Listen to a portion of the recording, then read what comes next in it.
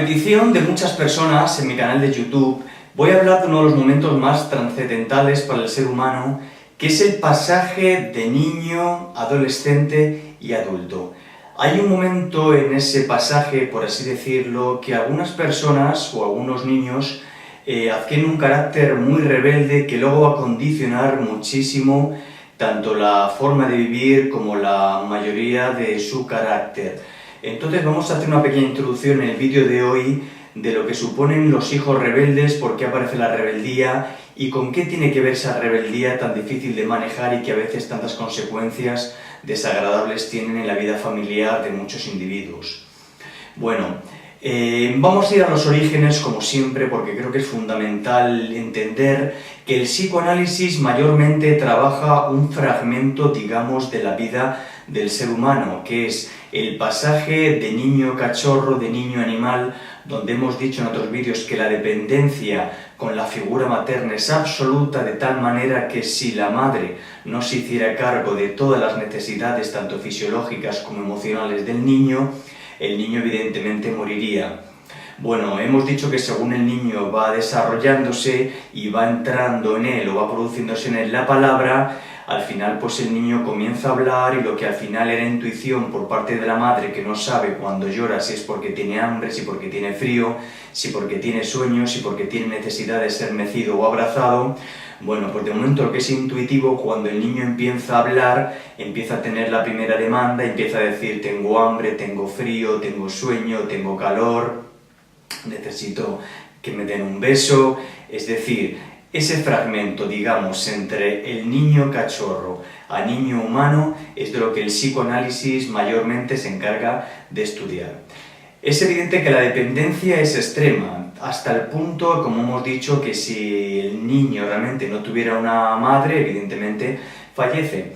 ¿Qué ocurre? Que esa dependencia no solamente es del orden de lo fisiológico, de las necesidades, sino también que se produce una verdadera necesidad emocional ahí, ¿no? Y una dependencia entre la madre y el hijo que a veces es muy difícil de evolucionar. ¿Para qué? Para que eso se desarraiga de alguna manera, el niño pueda cortar con la madre el cordón umbilical y poder desarrollar, digamos, como su propia independencia.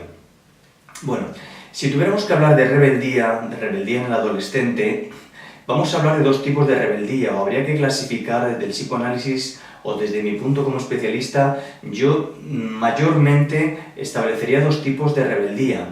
Una rebeldía que es rebeldía por separación, y esto significa que se ven muchos casos de niños que tienen una dependencia emocional extrema con los padres, y podemos decir que si ese amor tan grande, si esa dependencia emocional no se transformara un poco en rebeldía y en odio, el niño no podría cortar ese, digamos, lazo afectivo emocional que tiene con la figura del padre y de la madre. Por lo tanto, no hay que pensar que toda rebeldía es mala, simplemente que el niño o el adolescente comienza ya a querer tener su propia independencia y por lo tanto, si no es con un poco de agresividad, si no es con un poco de odio, si no es un poco de manía, podemos decir que no va a poder abandonar la figura del padre y de la madre. Claro, ¿qué ocurre? Que muchos padres pues no entienden esto, ¿no? Que como un niño que era tan bueno, una niña que era tan buena, de momento pues empieza a ser rebelde, quiere salir más, entra a deshoras, ya no hace tanto caso, es decir, lo que era un niño modelo se convierte de repente en un niño independiente que tiene su manera de expresar y su manera de ser. Bueno, esto es lo que se llama rebeldía por separación, que en algunos casos suele ser muy abrupta, muy traumática, y a veces la manera que tiene el niño o el adolescente de poder cortar, pues bueno, suele ser muy violentamente, una manera muy violenta y muy agresiva, ¿de acuerdo? Pero bueno, no por ello tiene que significar que es nada malo, simplemente hacerles entender a los padres que cuando hay una rebeldía de separación hay que dejar que eso acontezca, porque podemos decir que el niño está madurando, que el adolescente está madurando, ¿no? Y simplemente hay que tener precaución y conversar con él. ¿Para qué? Para poder hacer entender de que él también tiene que poder hacer su vida, tiene que tener su autonomía, tiene que tener su independencia y que no es absolutamente nada malo ni peyorativo porque que muestre esa rebeldía. Pero es que esa rebeldía luego también los adultos la podemos ver en muchos aspectos de nuestra vida, ¿no? que situaciones donde estás muy arraigado, que si no hay una manifestación a veces como agresiva o hostil hacia la situación, es muy difícil entonces separarse de situaciones donde uno, entre comillas, está muy cómodo y donde esa comodidad por lo que nos puede hacer es estancarnos y, claro, deteriorarnos mucho la vida.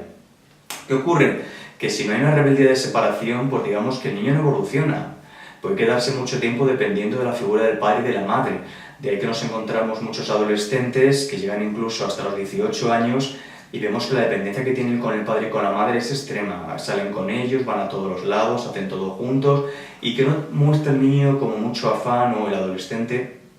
no muestra mucho interés por otras relaciones con el mundo. Claro, esto tampoco es normal y los padres deberían sospechar, ¿no?, que a partir de una cierta edad que el niño tiene que mostrar ya un interés por ser diferente, por mostrar diferencias con respecto a los padres, con decir, no me parezco a vosotros, tengo mi forma de pensar aunque sea equivocada, quiero hacer cosas diferentes y que no sea con vosotros, quiero salir, quiero entrar, quiero hacer otras cosas. Entonces hay que tolerar que esa rebeldía de separación no es mala, incluso es positiva y es necesario un cierto grado de rebeldía para poder realmente el que separarse de las figuras paternas y de la figura paterna y materna, ¿vale? Bueno, una rebeldía importante. Luego también tenemos la rebeldía que está provocada por el mecanismo de los celos. Bueno, aquí habría que dedicarle mucho más tiempo porque se pone mucho en juego, o digamos que la forma de rebeldía y agresividad en el niño y la niña pues suelen ser muy diferentes porque está motivado por los celos provocados por la relación del padre y de la madre, pero también por los celos provocados con relación a otros hermanos que han venido antes o después. Es decir, que esta rebeldía muchas veces en el fondo son manifestaciones de celos donde lo que se echa en cara es de que el niño se siente menos querido, menos apreciado, se siente despreciado, se siente abandonado y entonces ahí el niño lo que hace es llamar la atención, o el adolescente llama la atención simplemente como una manera también de decir, siento celos porque me siento menos querido o me siento un poco abandonado, bien por la figura de otros hermanos que lo han desplazado o porque el niño frente a la figura de la madre siente que está siendo desplazado por la figura del padre, o también como el caso de la niña, que puede sentirse también desplazada pues, en relación a la figura del padre y de la madre, ¿de acuerdo? Esto es una rebeldía por los celos, que lo hablaremos mucho más detenidamente. Pero claro, luego también los celos muchas veces desembocan en el mecanismo de la venganza, y entonces estos son ya hijos que tienen un grado, digamos, extremo de agresividad hacia la figura del padre y de la madre, incluso hacia los hermanos, ¿no?, que puede llegar hasta extremos fuertes de violencia.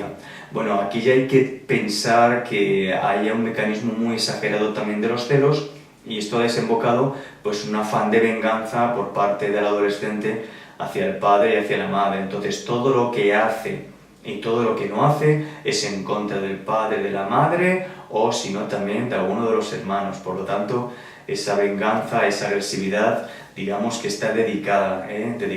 a una de las figuras familiares. También lo trabajaremos más detenidamente. Y luego también otro aspecto muy importante que yo creo que hay que dedicarle más de un capítulo, ¿no?, es cuando el adolescente cae en el tema de las drogas, ¿no?, porque se está viendo cada vez pues, más jóvenes que caen en este tipo de, digamos, de situaciones que no entiendes o transitoriamente o prolongan el estado del uso de drogas durante mucho tiempo. Bueno, también se ha visto, por ejemplo, que en este tipo de adolescentes se pueden encontrar rasgos de la personalidad que son depresivos melancólicos, de manera que la droga viene a tapar como un vacío emocional, como una carencia emocional, como una falta de un amor que el niño no ha podido elaborar, que el adolescente no ha podido elaborar. Se encuentra un vacío y digamos que la droga viene a llenar ese vacío emocional, afectivo, que por alguna circunstancia él no ha podido elaborar en la separación con el padre y con la madre, pero que habría que pensar que tiene fuertes connotaciones depresivas melancólicas, aún en niños de 10, 12, 13 y 14 años, porque son etapas muy importantes en el desarrollo humano, porque se está pasando de lo que es de ser niño a la entrada del mundo de los adultos. Entonces ahí hay un vacío, digamos, ideológico de pensamiento que si al adolescente no se le hace pensar, pues bueno, pues puede, digamos, como no tiene los recursos psicológicos o psíquicos suficientes, pues puede caer en este tipo, digamos, de situaciones como es el uso de la droga, que en el fondo lo que llena es un vacío afectivo o emocional. Le dedicaremos también